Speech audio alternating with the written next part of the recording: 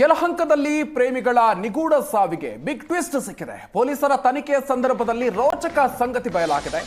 ಮೃತ ಮಹಿಳೆ ಕಾವೇರಿಗೆ ಮದುವೆಯಾಗಿ 3 ಮಕ್ಕಳು ಇದ್ದಾರೆ ಅನ್ನುವಂಥ ವಿಚಾರ ಗೊತ್ತಾಗಿದೆ. ಪತಿ ಮಕ್ಕಳನ್ನ ಬಿಟ್ಟು ಕೆಲಸಕ್ಕೆ ಅಂತ ಬೆಂಗಳೂರಿಗೆ ಈಕೆ ಬಂದಿದ್ಲು. ಗದಗ ಮೂಲದ ರಮೇಶ್ ಜೊತೆಗೆ ಕಾವೇರಿ ಅನೈತಿಕ ಸಂಬಂಧವನ್ನು ಹೊಂದಿದ್ಲು ಅನ್ನುವಂಥ ಮಾಹಿತಿ ಕೂಡ ಲಭ್ಯ ಆಗ್ತಾ ಇದೆ. ಮದುವೆ ಆಗುವಂತೆ ಕಾವೇರಿಗೆ ರಮೇಶ್ ಬಡಿಗೇರ್ ಒತ್ತಡವನ್ನ ಹೇರ್ತಾ ಇದ್ದಂತೆ.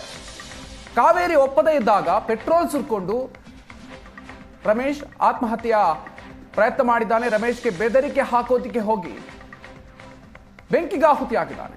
ಬಾತ್ರೂಮ್ ಬಾಗಿಲು ಬಂದ್ ಮಾಡಿ ಮಹಿಳೆ ಕೂಡ ಸಾವನ್ನಪ್ಪಿದ್ದಾಳೆ. ಈ ವಿಚಾರ ಈಗ ತನಿಖೆಯ ಸಂದರ್ಭದಲ್ಲಿ ಗೊತ್ತಾಗಿದೆ.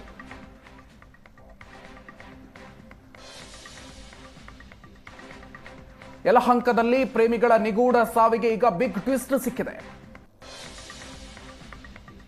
ಕಾವೇರಿ ಒಪ್ಪದೇ ಇದ್ದಂತಹ ಸಂದರ್ಭದಲ್ಲಿ ರಮೇಶ್ ಪೆಟ್ರೋಲ್ ಸುರ್ಕೊಂಡು ಬೆಂಕಿ ಹಚ್ಕೊಂಡಿದ್ದಾನೆ.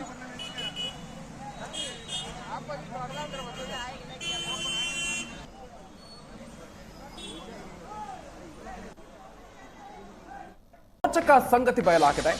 ಮೃತ ಮಹಿಳೆ ಕಾವೇರಿಗೆ ಮದುವೆಯಾಗಿ 3 ಮಕ್ಕಳು ಇದ್ದಾರೆ ಅನ್ನುವಂಥ ವಿಚಾರ ಗೊತ್ತಾಗಿದೆ. ಪತಿ ಮಕ್ಕಳನ್ನ ಬಿಟ್ಟು ಕೆಲಸಕ್ಕೆ ಅಂತ ಬೆಂಗಳೂರಿಗೆ ಈಕೆ ಬಂದಿದ್ಲು. ಗದಗ ಮೂಲದ ರಮೇಶ್ ಜೊತೆಗೆ ಕಾವೇರಿ ಅನೈತಿಕ ಸಂಬಂಧವನ್ನು ಹೊಂದಿದ್ಲು ಅನ್ನುವಂಥ ಮಾಹಿತಿ ಕೂಡ ಲಭ್ಯ ಆಗ್ತಾ ಇದೆ. ಮದುವೆ ಆಗುವಂತೆ ಕಾವೇರಿಗೆ ರಮೇಶ್ ಬಡಿಗೇರ್ ಒತ್ತಡವನ್ನ ಹೇರ್ತಾ ಇದ್ದಂತೆ. ಕಾವೇರಿ ಒಪ್ಪದೇ ಇದ್ದಾಗ ಪೆಟ್ರೋಲ್ ಸುರ್ಕೊಂಡು ರಮೇಶ್ ಆತ್ಮಹತ್ಯೆಯ ಪ್ರಯತ್ನ ಮಾಡಿದ್ದಾನೆ. ರಮೇಶ್ಗೆ ಬೆದರಿಕೆ ಹಾಕೋದಿಕ್ಕೆ ಹೋಗಿ ಬೆಂಕಿಗಾಹುತಿಯಾಗಿದ್ದಾನೆ. ಬಾತ್ರೂಮ್ ಬಾಗಿಲು ಬಂದ್ ಮಾಡಿ ಮಹಿಳೆ ಕೂಡ ಸಾವನ್ನಪ್ಪಿದ್ದಾಳೆ. ಈ ವಿಚಾರ ಈಗ ತನಿಖೆಯ ಸಂದರ್ಭದಲ್ಲಿ ಗೊತ್ತಾಗಿದೆ.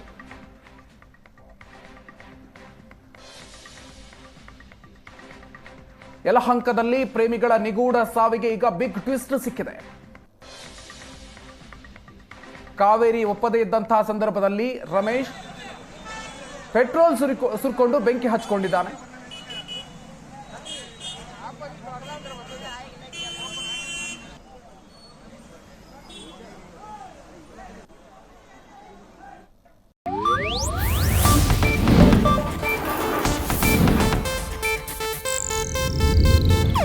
ಇದು ಏಷ್ಯಾನೆಟ್ ನ್ಯೂಸ್ ನೆಟ್ವರ್ಕ್ ಪ್ರಸ್ತುತಿ.